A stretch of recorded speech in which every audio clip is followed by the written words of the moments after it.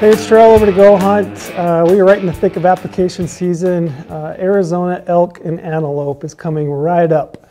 The deadline to apply for Arizona Elk and Antelope is going to be February 14th at midnight. So it'd be a nice Valentine's Day surprise. You can apply for elk and antelope, cross your fingers, and hope you draw a permit this year in 2023. With that coming up, I want to do a quick video and run through some of the most commonly asked questions or potentially some of the misconceptions about Arizona applications and how that process works. One of the most commonly asked questions that we get is, do you have to buy a hunting license to apply? And you do need to buy a hunting license in Arizona to then apply for the species in that state. The cost for a non-resident is going to be $160. That's a non-refundable license. You're going to pay that out of pocket to then apply for the species that Arizona offers. That hunting license is valid 365 days, but it does have to be valid on the deadline of the application. So if you apply for elk, that license that you have, it has to be valid on February 14th at midnight. So be aware of that. My advice to you would be buy a hunting license and then use that to apply for any and all species in Arizona that you're interested in. One additional note in regard to buying a hunting license, I would highly advise you, if you have youth that you are applying for, you should absolutely be applying in Arizona. The youth cost for the hunting license is only $5. So for $5 you can buy a hunting license. And then for a minimal application fee of $15 per species, you can apply for species in Arizona for your kids. So it's very inexpensive to apply and build points in Arizona for your youth. Like I said, application fee per species is going to be 15 bucks. That's whether it's an adult or a youth. The next most commonly asked question is in regard to Arizona's draw system. How does it work? Arizona has a modified bonus point system, and I say modified because there is a portion of that draw system that's going to allocate permits to max point holders for each hunt. Beyond that, for the random permits that are allocated, that's where the bonus point comes into play. Essentially, the number of points you have is going to be the number of chances that you have in the draw. So the more bonus points you have, the more chances you have also in the random pass of their draw system. So it is a bonus point state. You gain a bonus point every year for applying for a species and being unsuccessful in the draw. And those bonus points are species specific. You can't transfer bonus points for elk to deer per se. Those are species specific, and like I said, you're allocated 1 point for each year that you apply and you're unsuccessful in the draw. There are a couple other ways that you can actually add a bonus point or two to your application, and we get asked a lot of questions about that. Arizona has what they call a loyalty point, so they will give you an additional point if you continue to apply for 5 consecutive years. So if you'd applied for 5 years for elk, on that next year, you're going to get an additional point, which they call a loyalty point. And as long as you continue to apply, you will always have that loyalty point going into the draw. Another way to add an additional point to your application is what they call a hunter education point. So Arizona has an online program, and you have to pay a fee, which is about 300 bucks for a non-resident. You can complete their online hunter education course. They will give you a bonus point for each species, which lasts for your entire lifetime. So that point will be with you forever once you've completed that course and paid the fee. So that's a little tip on how you can add potentially a couple extra bonus points to your applications. Relating to the bonus point process, we often get asked how the permits are broke down by percentage. Arizona allocates 20% of their permits to max point holders. The other 80% are going to be randomly allocated.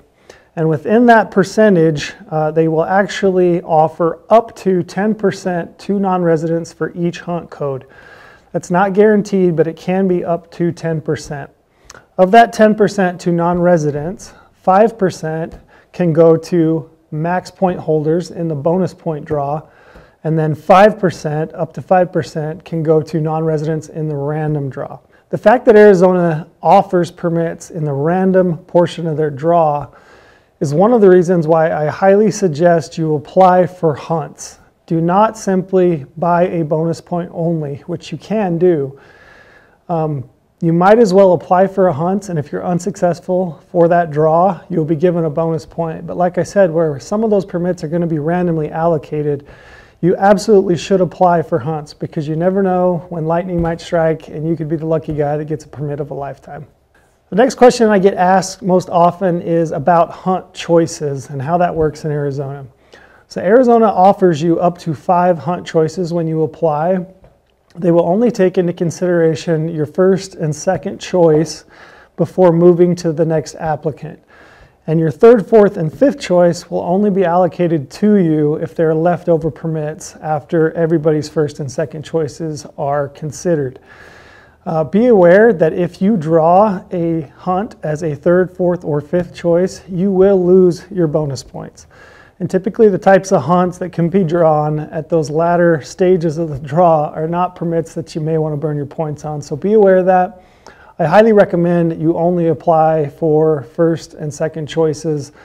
You may throw a third, fourth, and fifth if you just want a chance to go hunting and maybe there's a permit you'd be happy with as a third, fourth, or fifth choice. Typically, I would suggest just include 2 choices on your application. And like I said, there is the potential to draw either your first or second choice, because they will consider both before moving to the next applicant in the draw. Arizona will offer you the opportunity to apply as a group. So up to 4 people can apply on an application for either deer or elk. And the way they handle bonus points in Arizona for a group application is they actually average that number for the group. So they're going to take everybody's bonus points, they're going to kick out an average, and then they're either going to round up or down to the nearest whole number. So if that number lands at 0.5, they'll round up to the next whole number. If it's less than 0.5, they'll round down to the next whole number.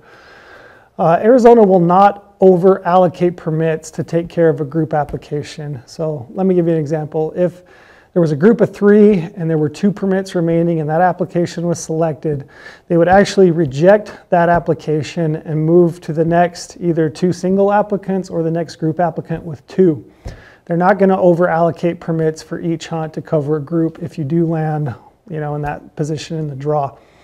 Arizona, there is a slight disadvantage to potentially applying as a group because of that.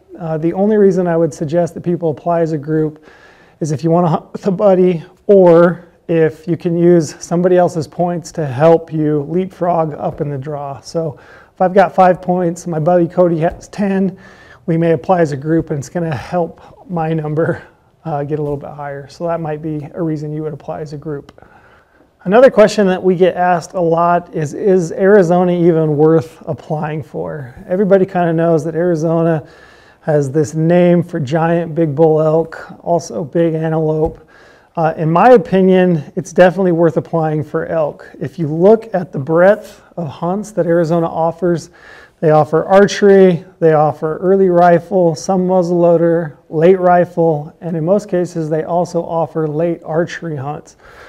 So there are a bunch of elk hunts that you could potentially apply for and draw in the state of Arizona. The best hunts are certainly going to take a lot of points or a lot of luck to draw, but there are a lot of hunts that you could potentially go on, including some of these late archery hunts with just a few points. They're tough hunts, but it does give you the opportunity with just a handful or maybe a few more points to hunt Arizona elk. You may not be hunting during the rut, it may be tough conditions, but it does give you the opportunity to hunt some of the greatest country and some of the biggest bulls in the West. So I would highly suggest applying and building points in Arizona for elk. When it comes to antelope, it's a slightly different story. The draw odds for antelope are extremely tough in Arizona. They kill some giant bucks, but for the most part, the odds are extremely long in Arizona. In my opinion, Arizona antelope is kind of like buying a lottery ticket. If I'm going to buy the $160 hunting license to then apply for elk and then potentially deer and sheep during that June application time frame, I might as well, for 15 bucks, throw my application in for antelope and just hope I get lucky one of these years and get an opportunity to hunt antelope in Arizona. I will say, in my opinion, I would kind of take a swing for the fences approach for antelope in Arizona. I would apply for the best hunts, the best units. I would apply for rifle tags, and I would really consider that kind of a lottery tag approach. You just throw your application in and hope you get lucky. One of the last questions that I often get is in regard to the ability to return a permit. In Arizona, you can actually return a permit if you draw it and get your bonus points reinstated if you have purchased what they call Point Guard. So Point Guard is $5. You have to opt into that when you apply, and you're going to pay the $5. And then if you're successful in a draw and you have a situation come up where you can't hunt that hunt, if you've bought that Point Guard, you can then return your permit before your hunt starts, and you can actually have your points reinstated. In my opinion, it's a nice safeguard. You never know what's going to happen. You may draw too many permits in different states. You may have an issue occur in life that you can't go on a hunt, and you don't want to throw away all the points that you have maybe potentially invested in Arizona. So buy that Point Guard. That gives you the safeguard to return your permit if you need to. In conclusion, I definitely would suggest applying for elk and antelope in Arizona for that minimal $15 app fee. We will have another video regarding deer and sheep as that application opens up. Like I said, that is in June, so it's a separate application process. Once again, the deadline, February 14th at midnight. Get your applications in for Arizona elk and antelope. It's truly one of the best states in the West for elk, so it's a must-apply state for me. All right, so once again, the deadline for Arizona elk and antelope is coming up February 14th at midnight. Make sure you get your application in.